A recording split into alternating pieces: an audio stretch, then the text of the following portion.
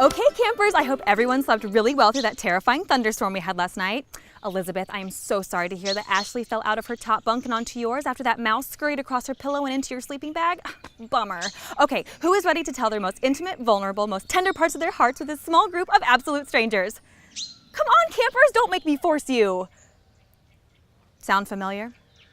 The first day of camp has a very specific task: to break down the barriers of communication and to create an atmosphere of trust and safety. With strangers, with insecurities, in the woods, plus hormones, plus sleeping bag mouses. Yeah, good luck with that. Okay, Ashley, I want you to go tell Elizabeth all of the really embarrassing things you're afraid of, and then ask God to forgive you for being afraid.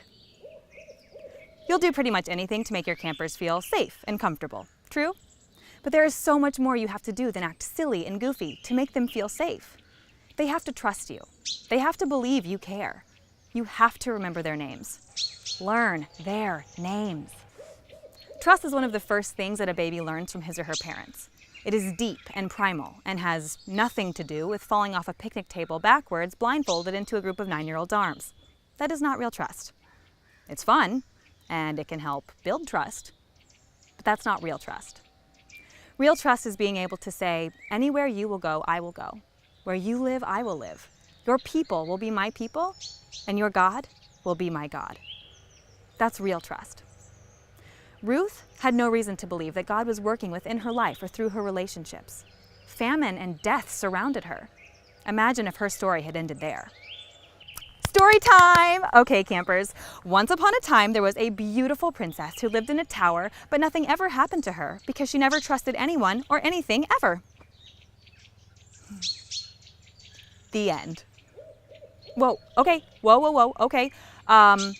But then she met a beautiful, kind, smart, talented camp counselor who taught her that it was okay to fail and to do things differently and to trust that God was good, and showed her that she was loved no matter what.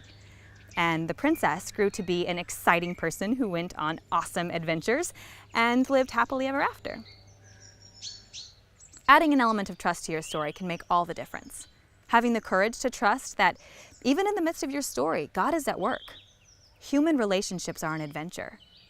Ruth's story is seriously courageous. I mean, here's a girl who really went out on a limb.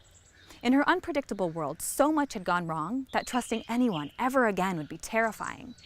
But out of devotion, she changes her nationality, follows her mother-in-law to a strange new place, flirts shamelessly with a very powerful community leader, and then goes on to have a baby who becomes king. David. Right. Ruth's story could have ended with, Ruth and Orpah listened to Naomi and were never heard from again. The end. But it doesn't. And Ruth's adventure is the exact same adventure that we are living right now. I don't mean like our adventure. No, I mean for real. It is the exact same adventure. If Ruth hadn't trusted, there would be no Christian community. And if there was no Christian community, there would be no church camp. So today is your day to take your place in the Christian story. Be Ruth-like courageous today. Trust people just for the adventure of it. Trust others knowing that God is doing something so special with your part of the story. And sure, our stories might have their own fair share of demons and dragons.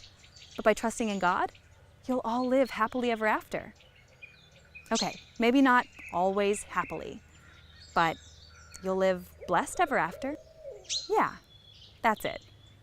And together, they live blessed ever after. The end.